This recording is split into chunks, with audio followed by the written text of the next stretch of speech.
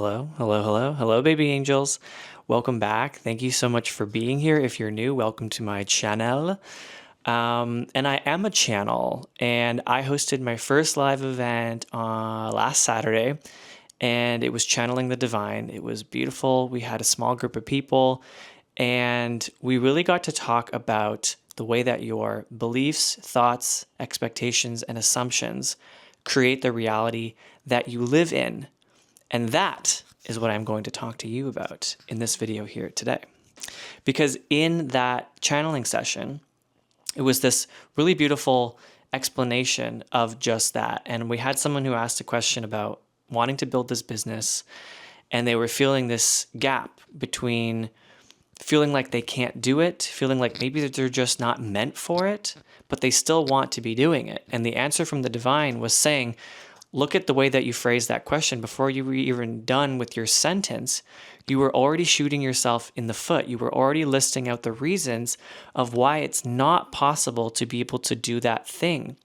And those reasons that you are now believing about why it's not possible to do that thing, the ways in which you are assuming and expecting it to be difficult, or that you're expecting that it's going to be really hard and that it's not going to be possible, that is going to create the experience so that no matter how badly you want it, it's not going to be, because you're giving this mixed energy of, well, I want it, but I don't think I can do it. I don't think I'm good enough to have it. I don't think I'm qualified. And that is crazy, because if we let these beliefs, expectations, assumptions go unchecked, then they do create the reality that we live. And it feels really awful because we're sitting in this gap of wanting something so badly, wanting that life that we can envision so clearly, but we're over here in the darkness saying, well, I just can't do it.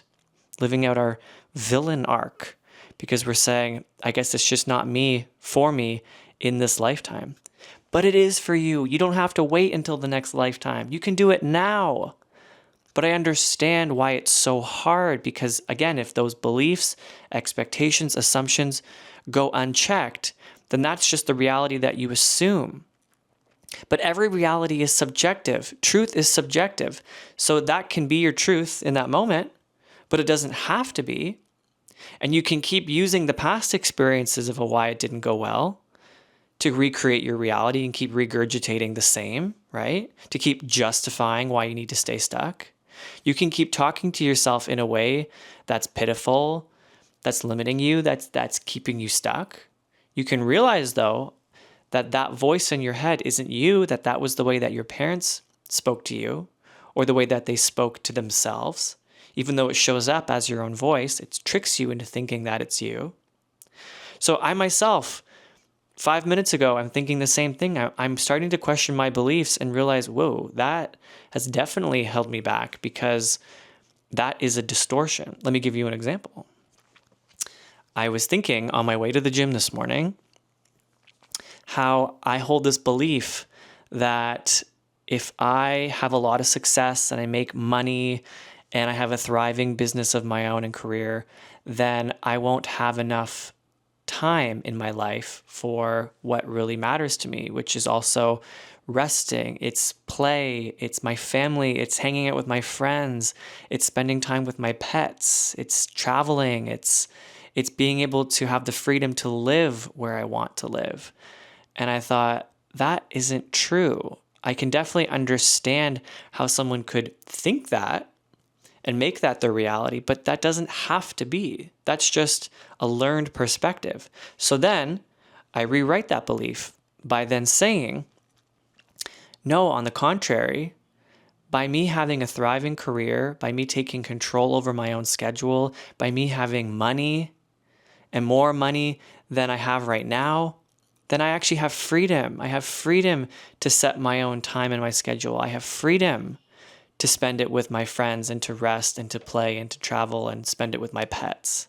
That I can create a life of my own that has the career that I so dream of, that has the money that I need and want and more, that has impact for lots and lots of people, that helps me expand, and I can still have time to rest, play, enjoy with my friends and family and my pets, and travel and live anywhere that I desire for however long I want to be there for. It's like you can have two truths exist simultaneously. Another limiting belief is that if I have a thriving career, then that career will take me away from my friends and family, and then they won't be okay, or I'll lose them, or things will never be the same because I've been gone for so long. I've been swept away. It's like I recognize as a kid watching movies, like there must have been themes in shows and movies that I watched where people got so swept up in show business or in like getting so swept up in their career that they were taken away from home and they only visited home like once a year and people like forgot about them.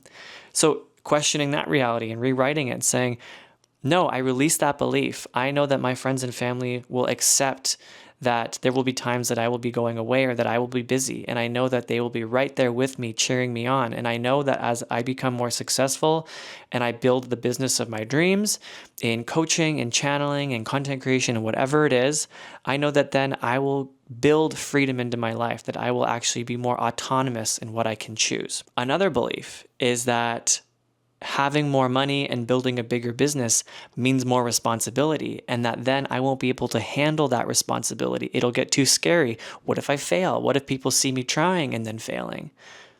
Distortion.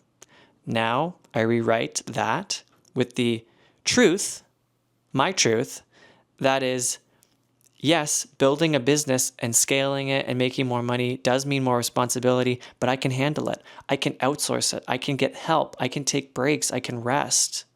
That there is a choice in how much I want to do in any given moment. It's all a choice.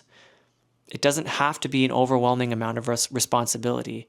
I can always get help. So in the session, it was so beautiful because the advice was write down every area of your life that's meaningful to you. So career, your finances, your family, your health, your friendships, where you live, whatever. And then start to identify the beliefs that you hold or expectations that you hold about each and every one of those subjects. Is there sacrifice involved in any of those areas of getting something that you want? Do you believe that you have the capability to do it? Do you think it'll be really hard to achieve it? Do you think that you deserve it? Because we all have these crazy beliefs. And sometimes we're aware of them and we can acknowledge it, and that's great, but are you going to rewrite it and do something differently? Sometimes we're too embarrassed or too unconscious to even realize it. It's just a thought that we just feel and we just like avoid the subject altogether because it feels too scary to look at what we've been thinking and expecting, or that we have a painful past on one of these subjects with relationships or with financial stress or with career or being scared about failing, being seen trying and potentially failing. We have a lot of fear around that subject and we just bury it. But we're being asked now to really analyze those areas of our life and ask, what am I expecting about that? What do I think will happen? What are my beliefs about getting that thing, about having my dreams achieved in that specific area of my life? Because the thing is, nothing needs to be difficult. Things can be easy, laughably easy, if you believe that it will be, if you want it to be. But it all really comes down to the choice of what are you going to start living and assuming and believing, so that these voices in our head that say that it's going to be difficult or that we can't do it or that we're not qualified or smart enough or that what would people think of us, we have to see too that these are not our own voices. These are our parents' voice. These are the ways that they spoke to themselves or they spoke to us, and that we internalized it and now it sounds like our own voice, but it's not us. You can keep regurgitating the past and using it as an excuse, thinking that that will just be your reality now. And if that's what you believe, then it will be. But you don't have to keep using the past as an excuse to shoot yourself in the foot. I myself, along with 99% of the population, hold limiting beliefs. This is why I'm analyzing them. I'm starting to question, why do I think that way and how can I rewrite that? But let me tell you something that's really important too on the subject, is that when I get an idea about something, I act on it. And my friends have like complimented me on this, and I really take that to heart. They say, wow, when you get an idea, you just do it right away. And that's for a reason, because I don't want to give enough time to let the doubt creep in and stop me.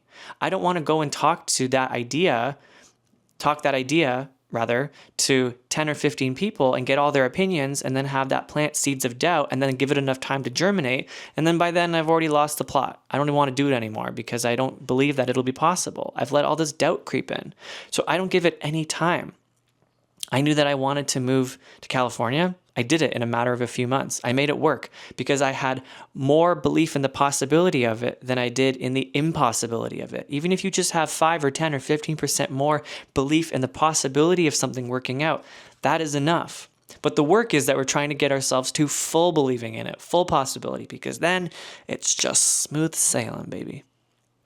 Same thing with doing my live channeled events that I did for the first time just a few days ago. I hadn't done them in years, and I had never done them on Zoom before it was in person. But I had just stopped doing it altogether for various reasons, feeling like it was a bit uncomfortable, like maybe I wasn't ready. And then I had a client session last week, this beautiful woman who I absolutely love. And at the end of our session, she said, it'd be so fun if you held like live events where people could get together and, you could talk about this. And I was like, yeah, that would be fun. And then after that, I was like, okay, then that's my sign. Let's do it. Someone's asking for it. I've been wanting to do this. Let's just do it. Let's just see what happens. I don't know how. I didn't know how to set it up with Zoom, but I figured it out. I asked around. And I made it happen. And a week and a half later, I had my first live channeled event. And it was awesome. And now I'm talking to you about the results of that live channeled event. Lots of new people came to that. I got their emails. We're going to start a little email community and do this again. Now I'm going to do it twice every month. And I didn't give myself enough time to start doubting it or talking myself out of it or listening to the fear. Because I'm not saying that it doesn't exist, but I'm saying that I chose to believe in the possibility. I chose to believe that I could figure it out. I chose to acknowledge that it doesn't have to all be perfect and that I don't have to know how it's all going to unfold right now in this very moment. But that I'll figure it out and that the beginning can be a little bumpy. It can be a little messy. We can figure out how to do the tech side of this. But we're going to get there because I can see the vision in the future and I can understand and believe that it's not that far off, but I just have to start. I just have to believe in the possibility more than the impossibility of it. I'll give you another example. I, for my entire life, was very slender. I was 120 pounds or less. And of course, we're all body positive here. There's nothing wrong with that. But I wanted to be bigger. I wanted more muscle. I wanted to have a certain physique. And I was dating this guy at the time who had a great physique. We broke up.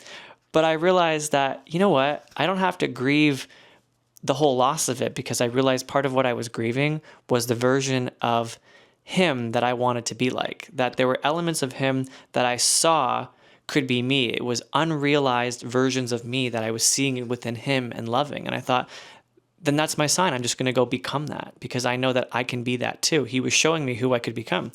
So I signed up for a gym. I had hired a personal trainer and I started to step into the identity of someone who goes to the gym regularly, who eats a good diet.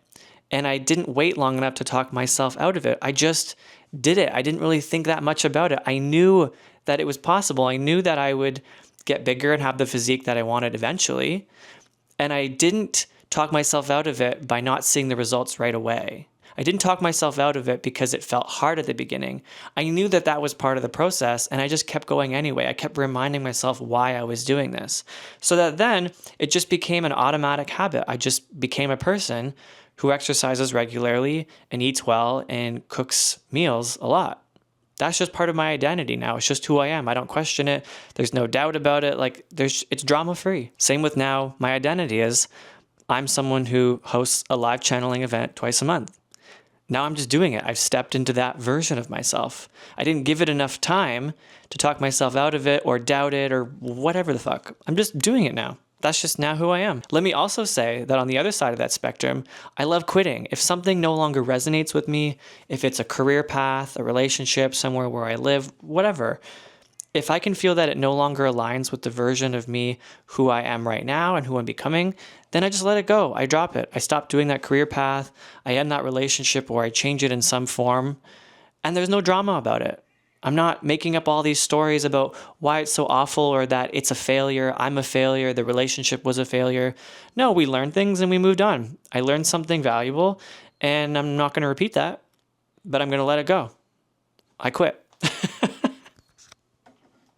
So to wrap this all up, all I'm saying is that we would be so benefited by really analyzing how we think, what we believe, what we expect about the subjects of our life that are important to us, get really clear on what we've been thinking about regarding each one of those subjects, and ask ourselves, is this the truth or is this a distortion?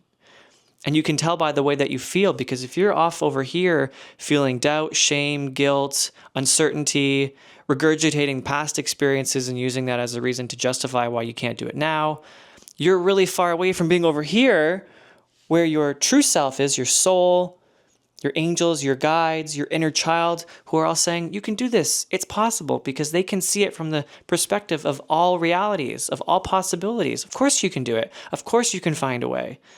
But if you're over here, then you can't hear them because they're all the way over there. So that's okay. We don't need to beat up on ourselves. You are where you are. Feel the experience if you're in the midst of emotions. And then when you're ready, start to identify what type of thinking brought you to that feeling place.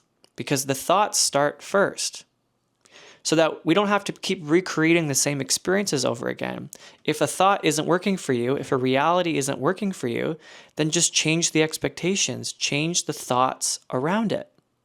And then you will get different results. Anyway, guys, that's my little Monday sermon.